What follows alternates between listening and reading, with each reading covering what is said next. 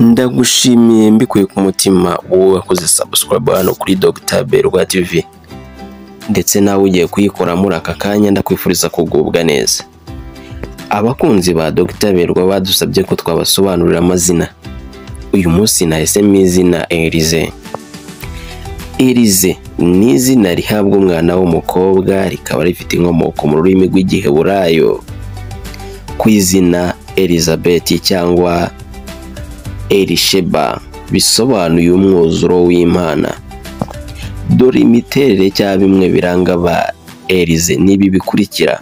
Ubusanzwe ba Elize ubusobanuro bwayo ni umwuzuro w'Imana. Ushobora kuvuga Elize cyangwa Elisheba, byose ni kimwe. Elize rero ni umuntu uhora yishimye, wiyoroshya kandi udakunda amakimbirane ku bijyanye n'amarangamutima.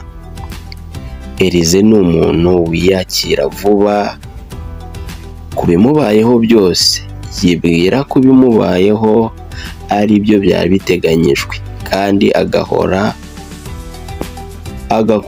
uko ashoboye akabivamo vuba. Gusa nanone agira ubwoba mu kanya gato ku bintu bimubayeho bimutunguye, ku buryo muri ako kanya ashobora gukora ibintu atatekereje, ariko ntabwo abitindaho, bihita bishira vuba vuba.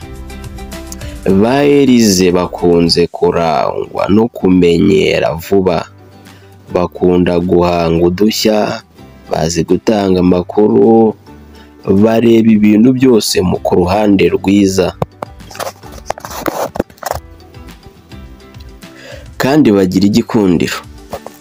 Iyo Elize akiri mutoya bisaba ko ababyeyi be bamuba hafi, bakamufasha kwiyakira no kwakira ibimubayeho vuba, ntibimutwara umwanya, bikamufasha cyane kudata umutwe.